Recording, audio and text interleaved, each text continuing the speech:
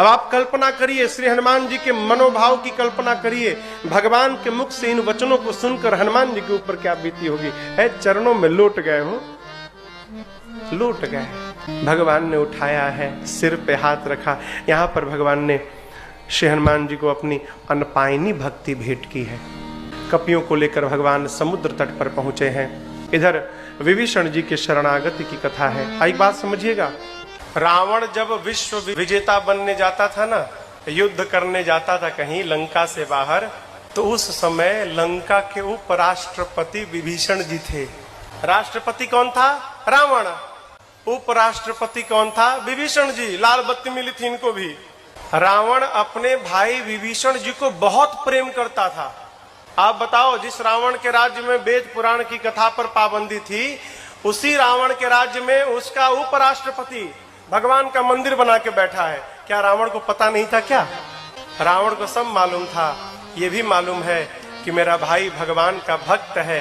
रावण सोचने लगा, यदि विभीषण यहाँ पर रह गया तो मेरे साथ मेरा भाई विभीषण भी मर जाएगा।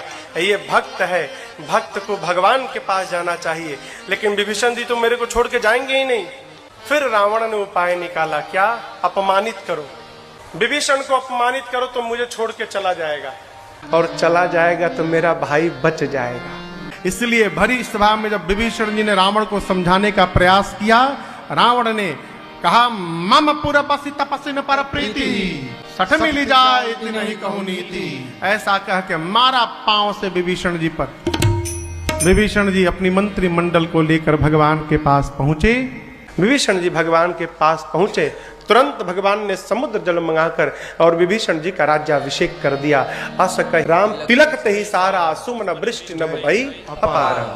तुरंत राजा बना दिया। समझिएगा, बड़ा फिर कहता हूं, बड़ा वही है जिसके पास छोटा पहुंच के भी बड़ा बन जाए, वही बड़ा है।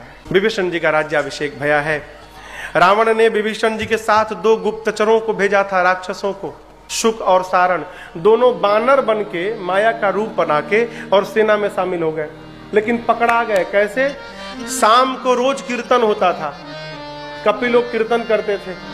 इनकी बारी आ गई कीर्तन करने के। है तो राक्षस, कीर्तन करेंगे कैसे हो? कीर्तन नहीं कर पाए, इसी में पकड़ा गए। कपिल लोग लगे मारने। राम जी की दुहाई देकर बचाया प्राण को। लक्ष्मण भैया ने एक पत्र लिखा और कहा, जाकर रावण को देकर कहना, बांच कर छाती जुड़वा ले। पहुंचे सुख सारण रावण के पास। रावण ने पूछा, क्या हुआ? क्या हुआ? क्या आप